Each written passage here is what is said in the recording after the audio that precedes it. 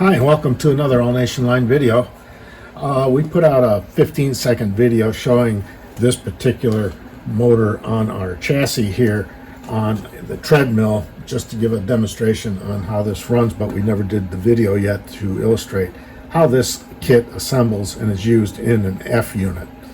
So this is the biggest motor that I could find to install in F3s or F7s or even in B units, and it is our 567, you might say. The diameter of the motor is about 48 millimeters in diameter. The length is approximately, 65.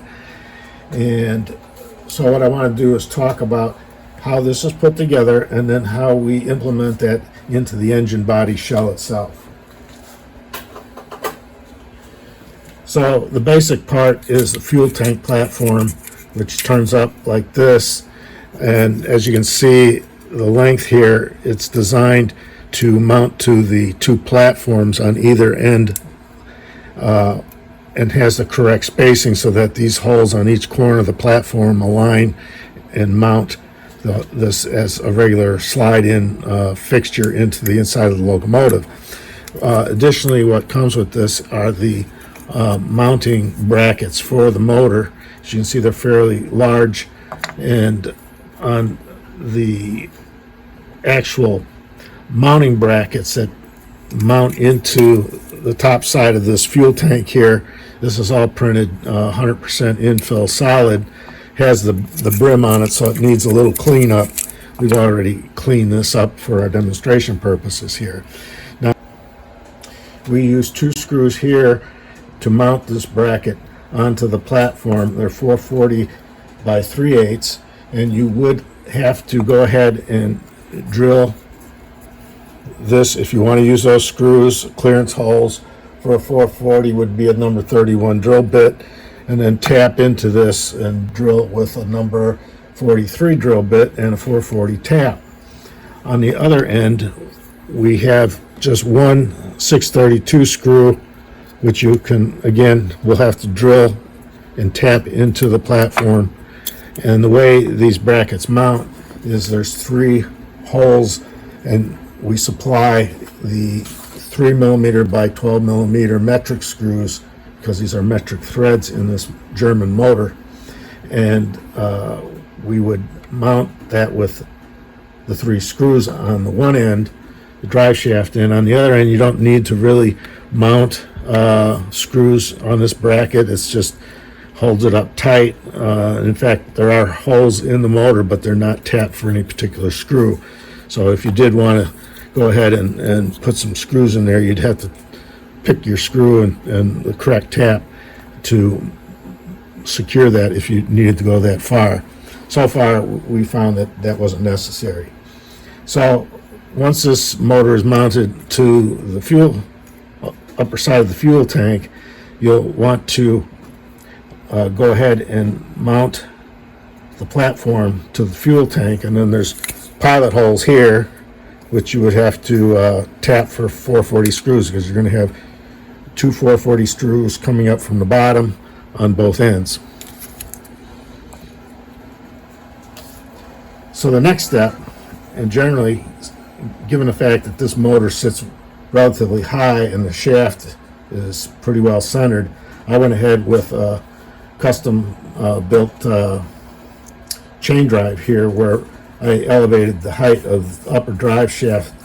I could have went a little higher, but it runs pretty smooth at this particular angle, and we generally suggest that the more you're aligned with your motor shaft to your driven shaft, the better.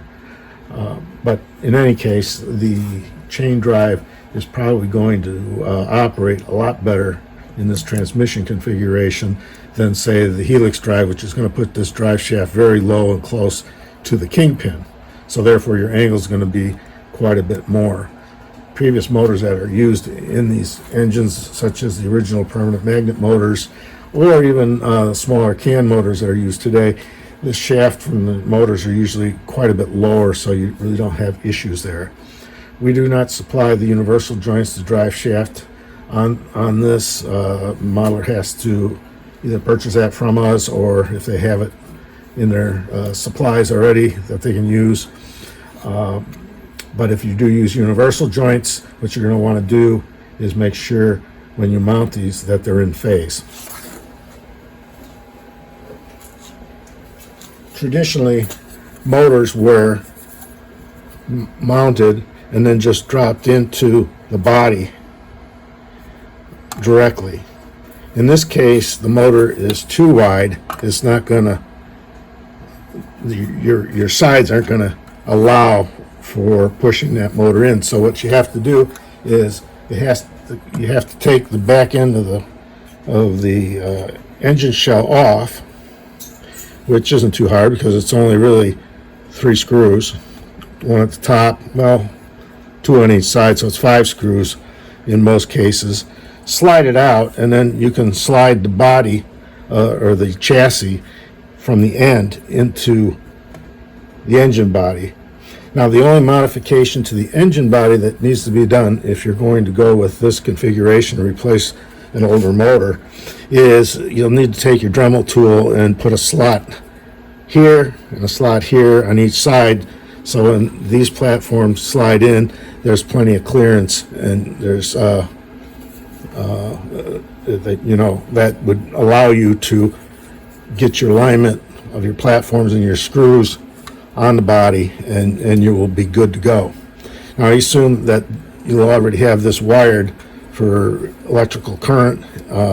I don't think you will need any further weight in the engine. This motor is pretty heavy, but this will give you a pretty hefty operating locomotive when all said and done. And that is something I've been wanting to do for a long time in my models. And I think this precision grade motor is probably a good fit. Now, it's not going to work in Jeeps or other narrow-bodied switchers, but for most F units, you could go with this type of configuration. And perhaps it is overkill, but that's part of the fun of this hobby, is trying different ideas and implementing what's available in the marketplace and testing it out. So I hope you enjoyed this video, and it'll give you a little bit further information without having to read detailed instructions on how to put this together. It's very straightforward, just a few screws, and probably the hardest part is maybe soldering a couple leads on here to pick up your current. Thank you for watching, and we'll catch you on the next video.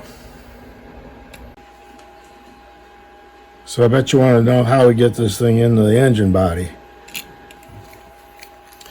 So I took the front truck off, and really what you want to do is put this chassis all together and bench test it before you try to stick it into the engine body. But we take the 2 screws out, take that off, so we can essentially just go from the back end like so and slide it in. And what you have to be careful of is when you get so far into the body, the truck, the rear end truck, is going to maybe bump into these steps here. So as we get closer to that, what we'll want to do is tip it a little bit and kind of guide it as so, and we'll just go ahead and get the tank centered between the sides here, and you can see we're kind of tipping it and getting a good angle in here to avoid the side frames bumping the ladders as we go in. I mean, the motor is already in at this point, and you can see here my truck turned. I back it up a little bit, give it a little more clearance, and then lift it up and get it past those steps. No big deal. We got plenty of clearance. I think it's tight, as I wanted it to be when I built it, close to tolerances. So you can see just like that, the rear truck and the platform slid right into place where it should be. Now I could put the screws on the back end right away. It's not really necessary. You can see the alignment is pretty good here. We have clearances on the back truck, and it's going to drop down initially, and there's plenty of clearance between the motor and the ceiling on the roof of the engine. And now we're going to make sure that when we put this truck back on, that we're forward enough and we're aligned. And I'm kind of holding it up with my finger here for a minute, and you can see now I'm ready to take my screw and drop it in the hole, and we're going to see if we can get a bite on that right away. And if we can get a bite on the first screw, the second screw is a charm. So I lift it up a little bit, turn the truck a little bit, so get the screwdriver in there, and I'm trying to feel if I've got good alignment. Feels like it. I should feel the screw getting a little tight here. Pulling up. Tip it to the side. It is tightening, just like I thought. I'm going to get the other screw. And I'm going to drop that in the hole. And we'll see if we can tighten that other side up a little bit. And it does feel good. So that one is in there. So the platform is in place, and now you can go ahead and put the 4 screws on the back platform and 4 screws on the front here.